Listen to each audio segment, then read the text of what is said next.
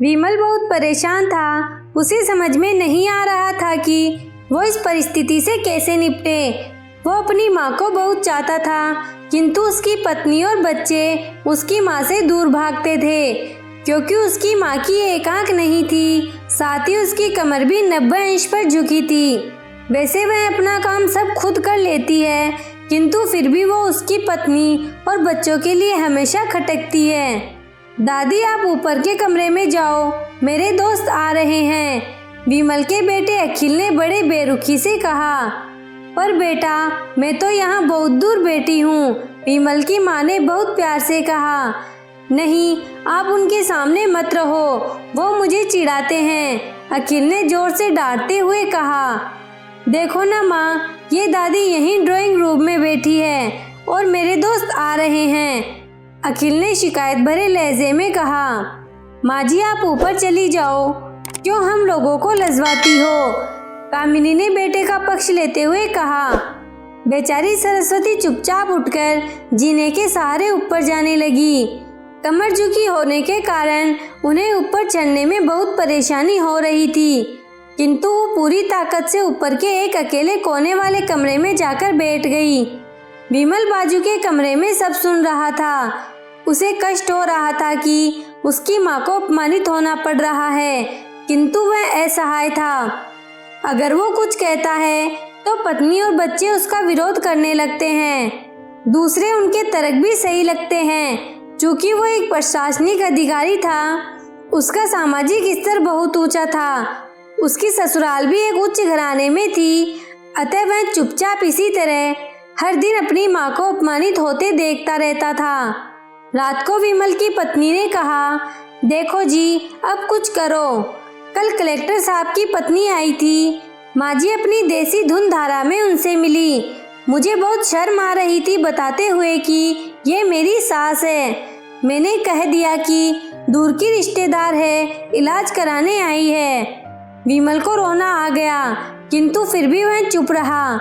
उसे समझ में नहीं आ रहा था कि वो क्या करे। अपने बेटे की मनस्थिति को सरस्वती अच्छी तरह से जानती थी और बेटे को कोई कष्ट न हो, इसलिए वो हर बात चुपचाप सह लेती थी।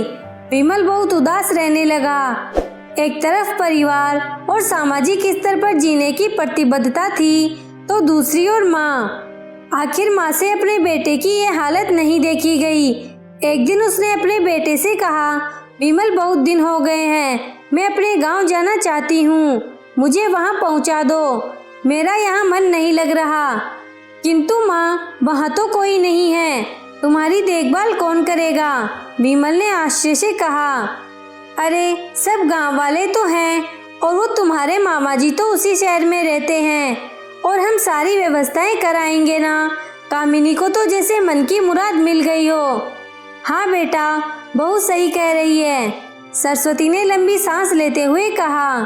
विमल जानता था कि गांव में माँ की देखभाल करने वाला कोई नहीं है, लेकिन अपनी पत्नी की जिद के कारण वह अपनी माँ को गांव छोड़ने पर विवश हो गया। माँ को गांव छोड़कर आते वक्त उसे रोना आ रहा था तथा अपनी बेबसी पर गुस्सा भी आ रहा था, किंतु परिवार, पत्नी और समाज ने उसके इन मनोभावों को दबा दिया और वो सुकून सा महसूस करने लगा। कुछ दिनों के बाद उसके चाचा जी, जो अमेरिका में रहते थे, आने वाले थे। जब विमल बहुत छोटा था, उसके पिता जीवित थे, तब वो भारत आए थे और इसके बाद वो अब भारत आने वाले थे। पूरा परिवार और आस पड़ोस बहुत उत्साहित था। अमेरिका से विमल के डॉक्टर चाचा आ रहे थे। डॉक्टर रमेश ने जैसे ही घर में कदम रखा, सबने मिलकर बहुत उत्साह से उसका स्वागत किया। क्यों विमल, भाभी नहीं दिख रही, कहाँ है? डॉक्टर रमेश ने उत्सुकता पूर्वक पूछा। जी, वो गांव में रहती है, यहाँ उनका मन नहीं लगता, कामिनी ने सपाट लहजे में उत्तर दिया। डॉक्टर रमेश ने विमल की ओर देखा तो विमल ने अपनी आंखें झुका ली। डॉक्टर रमेश सब समझ गया। बोले, कल हम भाभी से मिलने गांव चलेंगे सब लोग। दूसरे दिन सभी लोग गांव के घर में पहुंचे। देखा कि सरस्वती को बहुत तेज बुखार है और वो पलंग पर ऐसा ही पड़ी है। डॉक्टर रमेश दौड़कर सरस्वती के पास गए, उनके पैर छूकर रोने लगे। सरस्वती की ये हालत उनकी कल्पना से परे थी। वाह बेटा विमल, तूने तो नाम उजागर कर दिया। अपनी माँ की ये हालत देखकर तुम्हें तो शर्म भी नहीं आ रही होगी। डॉक्टर रमेश ने विमल को लगभग डांटते हुए कहा, नहीं देवर जी, विमल का कोई दोष नहीं है, मैं खुद गाँव आई थी। सरस्वती ने अपने बेटे का बचाव किया। मुझे सब पता चल गया भाभी, आप चुप रहो। क्यों बहू, तुम्हें अपनी सास की कुरूपता पसंद नहीं है? समाज में तुम्हें नीचा देखना पड़ता है ना? डॉक्टर रमेश ने कामिनी की ओर व्यंग्य से देखा। कामिनी निरुत्तर होकर विमल को देखती रही। आज तुम जिस सामाजिक स्तर पर हो वो इन्हीं के संघर्षों की देन है। और बेटा विमल, तुम्हें शायद मालूम न हो कि बचपन में जब तुम 1 साल के थे तब छत से नीचे गिरने के कारण तुम्हारी एक आंख फूट गई थी और तुम्हारी रीढ़ की हड्डी में भी समस्या थी। तब तुम्हारी इस कुरूप माँ ने अपनी एक आंख और अपना बोन मैरो तुम्हें देकर इतना सुंदर स्वरूप दिया था। कामिनी बेटा, इतने सालों तक संघर्ष करके बेटे को प्रशासनीय अधिकारी बनाने वाली इस संघर्षशील औरत की तुम लोगों ने यह दशा कर दी। तुम्हें ईश्वर कभी माफ नहीं करेगा। डॉक्टर रमेश की आंखों में अश्रु जलधारा बह रही थी। अब भाभी, आप मेरे साथ अमेरिका जाएंगी, यहाँ इन स्वार्थी लोगों के बीच नहीं रहेंगी। डॉक्टर रमेश ने सरस्वती से कहा।